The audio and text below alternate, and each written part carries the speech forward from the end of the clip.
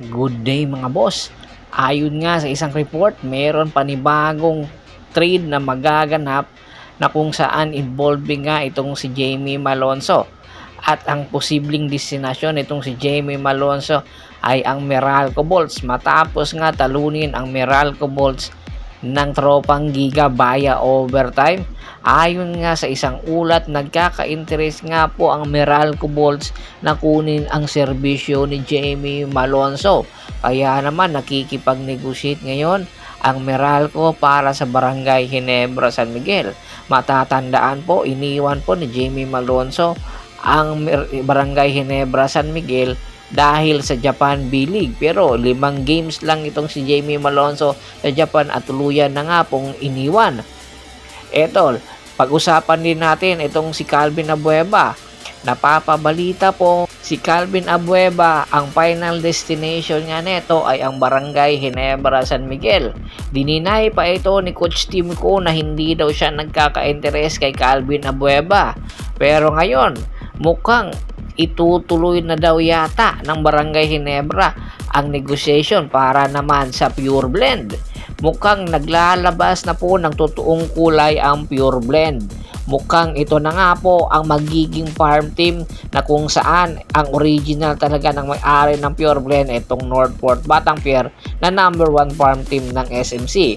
Kaya naman itong si Calvin Abueva ay posible anytime kung sakaling magkasundo itong Pure Blend at ang Ginebra ay tuluyan nang mapupunta ito sa Barangay Ginebra, San Miguel para tumulong sa line-up ng Barangay Ginebra, San Miguel. Nakikita naman po natin na ang Barangay Ginebra, San Miguel kulang na kulang sa energy guys. Sa ganda nga po ng ipinapakita nitong si Calvin Abueva, ito nga po ang kulang na player ng Barangay Ginebra, San Miguel. Nakikita naman po natin ang nagiging performance ni Scotty Thompson. Malamya at hindi po consistent. At baka nga po posible na rin pakawalan sa mga susunod na konferensya itong si Scotty Thompson na kung saan isa sa mga highest paid na player ng Barangay Ginebra, San Miguel.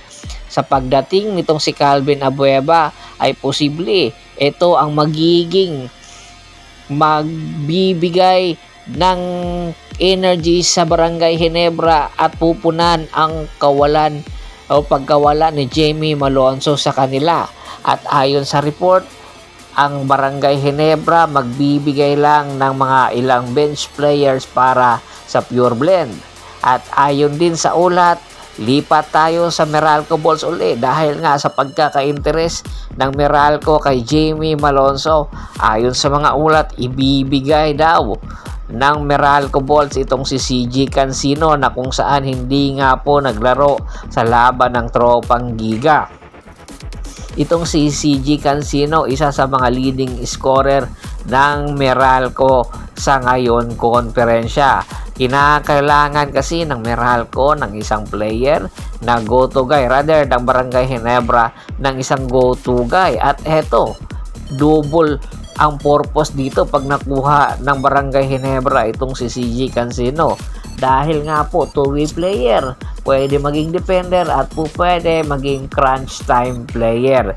Ganito ang pag-i-improve ngayon konferensya ni CJ Cancino. Kaya naman, hindi katakataka na kung sakali nga kunin ng Meralco Bolts itong si Jamie Malonzo ay pag-iinteresan talaga ni Coach Tim Cone itong si CJ Cancino. Bukod sa magaling mag-basketball, poging-pogi, basta poging-pogi, ay interesado si Coach Tim Cone. Ako, Coach Tim Cone, halatang-halata ka na.